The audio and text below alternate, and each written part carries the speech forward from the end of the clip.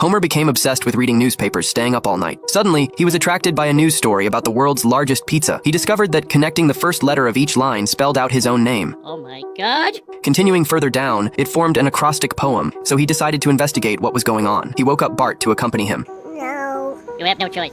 They arrived at the designated location, where a mysterious person appeared wrapped in a coat. Bart prepared to give the person a flying kick, but inexplicably found himself wearing a shirt that said, "Best Grandson." Only then did they discover that the visitor was actually his grandmother, who had been on the run for years. Homer finally met his mother. I love you so much, but it's so hard for me to trust you. Oh, what the heck? Give me a hug, you. Homer, you're hugging a bum. I know, I'm working my way up to you. Hey, give me back my wine!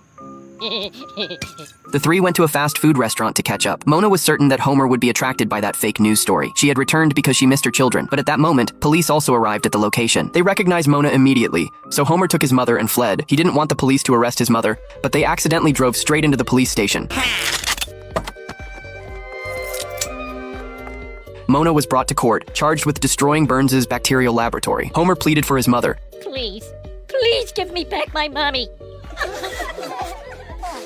And the jury was moved by Homer's sincerity, unanimously finding Mona not guilty. Homer was finally reunited with his mother. To prepare a new room for Mona, Homer simply dragged over a room from the Flanders house. Flanders came over asking for his photo album back.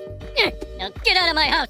Burns lost the lawsuit but remained calm, even converting his bacterial laboratory into a peace museum and having Mona sign the guest book. Mona was delighted that after all these years, she could finally sign her real name. Burns watched as his plan came to fruition.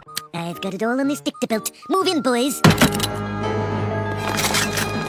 Hiding one's identity was surely illegal behavior. Burns truly was someone who always sought revenge. No! I can't lose my mother again! No! Take her away! Homer got promoted and a raise in India, becoming the factory manager. Burns asked Homer to share his work insights with the employees. At this moment, Homer suddenly saw the book Marge had given him before his departure. Okay, book. I didn't read you and you didn't read me, but we're both in this together. So say something smart or get ready to run like hell. In business, as in breakfast, fried eggs have fragile yolks. Burns confidently entrusted the Indian factory to Homer's management, but he had no management experience at all, so he could only outsource all the work. Under Homer's management, the nuclear plant's power output reached 10 times what it was before. To reward Homer, Burns decided to make him the director of the Indian branch factory and grant him absolute authority. Upon hearing absolute authority, Homer immediately thought of God. An Indian person told him that in Indian beliefs, God's image takes various forms. Homer had a brilliant idea. Maybe he could also become a god in India, but heaven needed to give him a sign. I want a free soda! I am a god! Homer, having become a god, immediately wrote letters asking friends to come here. But to see Homer, they needed to pass a test.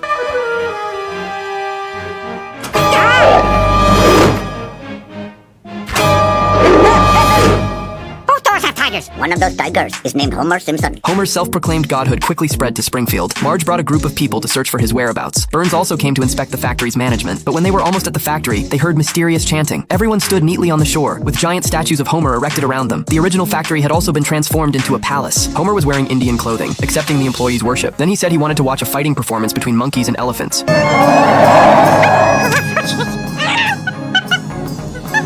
Lisa immediately stepped forward to expose Homer, asking him to say when Marge's birthday was. Homer stammered and couldn't answer, but the employees below weren't angry. The reason they followed Homer was because he provided numerous allowances and benefits for the employees, and the meaning of that chant was actually, "Vote for the union."